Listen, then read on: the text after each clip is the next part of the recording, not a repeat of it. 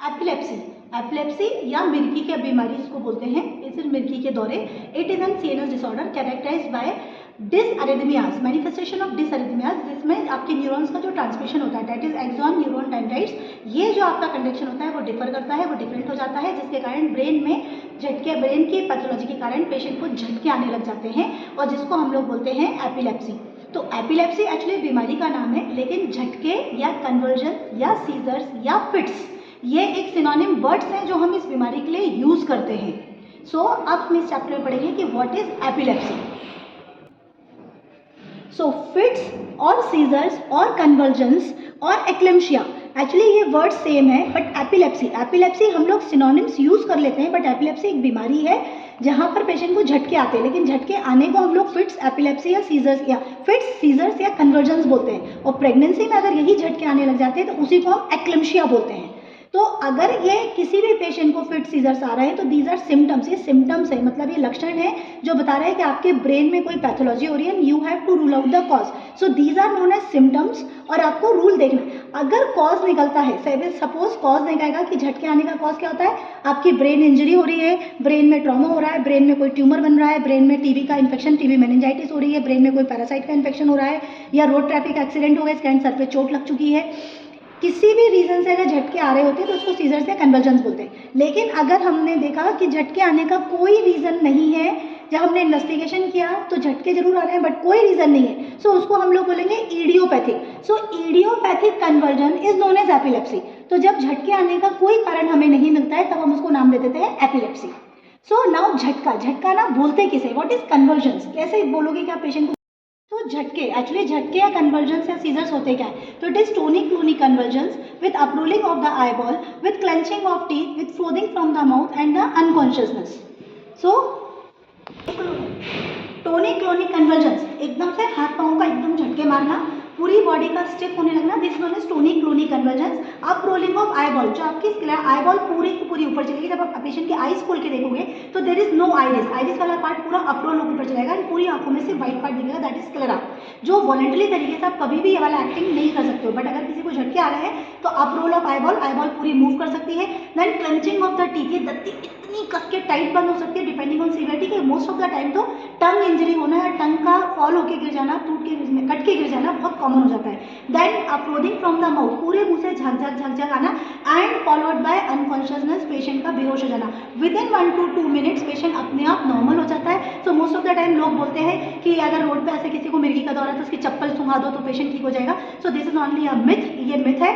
1 से 2 मिनट के बाद ये पेशेंट अपने आप ठीक हो जाता है, सारे वो पेशेंट कॉन्शियस हो जाएगा, नॉर्मल हो जाएगा, बट उस बीच में उसके साथ क्या हुआ है उसे बिल्कुल भी याद नहीं रहेगा। अगर किसी पेशेंट के ये कन्वर्जेंस वाले एपिसोड्स नहीं रुकते हैं, कंटिन्यूअस डिसअरिथमियाज, देन इस कंडीशन को बोलते हैं status epilepticus and that is an acute medical emergency. क्योंकि जब कांस्टेंट अगर पेशेंट को झटके आते रहे तो उसकी रेस्पिरेटरी मसल्स पूरी स्पाज्म में जाएंगी, उसके कारण हाइपोक्सिया होगा, हाइपरकैप्निया होगा, which leads to change in the blood pH and it will cause acute respiratory failure. So status epilepticus is an acute medical emergency जिसको हमें कुछ मिनट्स के अंदर ट्रीट करना है। अदरवाइज एपिलेप्सी के जो झटके होते हैं वो within 1 to 2 minutes spontaneously subside हो जाते हैं। Now the types of epilepsy, तो first is generalized tonic clonic convulsion seizures, that is GTCS। It is also known as grand mal epilepsy और द मेजर एपिलेप्सी। इसमें patient के सारे symptoms एक साथ दिखेंगे, that is convulsion, uprolling of eyeball, frothing from the mouth, clenching of the teeth, और इस patient को डायग्नोज करना बहुत ईजी है। सेकेंड होते हैं एब्सेंट सीजर्स। एब्सेंट सीजर मतलब यहाँ पर कन्वर्जन नहीं आते पेशेंट को, बट अनकॉन्शियस होगा, क्लेंचिंग हो सकती है, फ्रोदिंग हो सकता है। So it is also known as absent seizures और it is known as minor epilepsy और the petit mal epilepsy. Third is the myoclonic seizures. Myoclonic is the electricity like shock, कि अगर जब हम बिजली के झटके में हाथ लगा देते हैं तो जो एकदम मोमेंटली शॉक आता है, दैट इज मसल्स मूवमेंट होता है, that is known as myoclonic seizures. Atonic seizures, atonic means tone चली जाना, all of a sudden body की पूरी टोन चली जाती है, पेशेंट अटोनिक हो जाता है and within 1 to 2 minutes patient बिल्कुल नॉर्मल हो जाता है। And last is infantile spasm. Infantile मतलब 1 साल के छोटे बच्चों को बोलते हैं। So infantile spasm actually it is not just like epilepsy, but किसी किसी बच्चे को एकदम स्टेयरिंग लुक, खेलते खेलते एकदम ब्लैंक हो जाएगा, स्टेयर करने लगेगा, ब्लिंक नहीं करेगा, आंखें नहीं झपकाएगा, स्टेयरिंग लुक रहेगा and within 1 to 2 minutes अपने आप नॉर्मल हो जाएगा। तो इसको बोलते हैं infantile spasm. So these are the 5 type of epilepsies. One is major epilepsy, second is minor epilepsy, infantile spasm, myoclonic seizures and the atonic seizures. So now come the drugs, the classification of drugs. तो इसके लिए याद करने के लिए jingle है, बड़े भाई MDS नहीं। B for barbiturate and the drug is phenobarbital. B for benzodiazepine, drug is diazepam and the clonazepam. H for hydantoin, that drug is phenytoin. A for aliphatic carboxylic acid, the drug is valproic acid. I for immunostilbene, the drug is carbamazepine. M for miscellaneous, the drug is phenacetamide. D for deoxybarbiturate, the drug is primidone. S for succinamide, the drug is ethoxumide. And नहीं, N for newer drugs, that is lamotrigine and the gabapentin. जिसमें से जितनी drugs भी underline की हुई है मैंने, these are the most common drugs जो हम लोग पेशेंट को यूज करते हैं, जिसमें most common drug is phenytoin, जो एप्सोलिन के नाम से मोस्ट कॉमन मार्केट में अवेलेबल है, बट क्योंकि it is the most common use drug इसलिए इसी के साइड इफेक्ट सबसे ज़्यादा होते हैं। इसके साइड इफेक्ट्स हम लोग नॉर्मल लेवल पे पढ़ेंगे कि एक होता है साइड इफेक्ट्स थेरापेटिक लेवल पे, कि नॉर्मल लेवल पे मैंने मेडिसिन दिया है तो क्या होगा, और एक होता है at the higher plasma level, अगर बहुत ज़्यादा ड्रग एक साथ दे दी तो हायर लेवल पे क्या होगा। So first is the therapeutic level, कि नॉर्मल डोज पे जब मेडिसिन स्टार्ट करेंगे तो उसमें होगा आपका गम हाइपरट्रॉफी, मतलब गम्स में स्वेलिंग आ जाएगी। Megaloblastic anaemia, because folic acid का एब्जॉर्प्शन रोकता है ये, it causes megaloblastic anaemia. Hirsutism, hirsutism means the excessive hair over the female parts, especially beard and the moustache, मतलब बॉयज की तरह उनको दाढ़ी मूछें आ सकती है, that is known as hirsutism. Hyper sensitivity reaction and the hyperglycaemia, sugar के लेवल को बढ़ा सकता है, एंड ऑस्टियोमलेशिया, ये कैल्शियम के एब्जॉर्प्शन को कम करता है। So these are the side effect जो नॉर्मल थेरापेटिक लेवल पे पेशेंट को आ सकते हैं। तो मैक्सिमम पेशेंट मेडिसिन स्टार्ट करता है, गम की हाइपरट्रॉफी होती है, गम्स में स्वेलिंग आती है, मसूड़े सूजते हैं, और पेशेंट डेंटल डॉक्टर के पास पहुंच जाता है कि मैडम मेरे सारे मसूड़ों में स्वेलिंग आ रही है। सो इसको हम लोग जिंगल में याद करते हैं, जनरल मैनेजर की hope. G gum hypertrophy, M megaloblastic anaemia, H for hirsutism, hypersensitive reaction and hyperglycaemia, O for osteomalacia. So these are the side effects at the therapeutic level.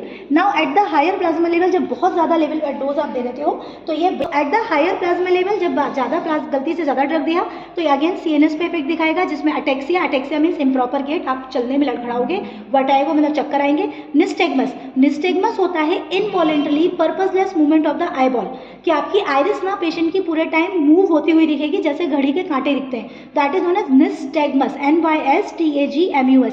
So nystagmus is the involuntarily purposeless movement of the eyeball, and diplopia means patient को दो दो दिखने लगेंगे।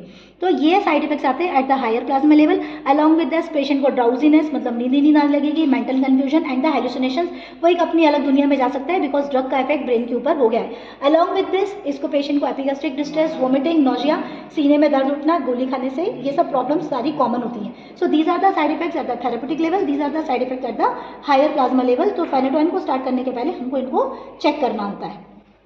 सो now the usages of anti epileptic drug, कि आप anti epileptic drug को use कहाँ करोगे, तो ऑब्वियसली है एपिलेप्सी मतलब कन्वर्जेंस, किसी भी पेशेंट को कन्वर्जेंस आ रहा है, चाहे वो रोड ट्रैफिक से आ रहे हैं, चाहे वो इन्फेक्शन से आ रहे हैं, TB मेनिंजाइटिस है, ट्यूमर है, कोई पैरासाइट का इन्फेक्शन है, किसी ने किसी को सिर पे मार दिया, लड़ाई झगड़े में चोट लग गई है, अगर कन्वर्जेंस आएंगे तो ड्रग ऑफ चॉइस आपकी एंटी एपिलेप्टिक ड्रग्स होती हैं, जिसमें से as per the patient age और उसकी severity of the infection we start with one drug, और अगर लगता है तो कॉम्बिनेशन में स्टार्ट कर सकते हैं।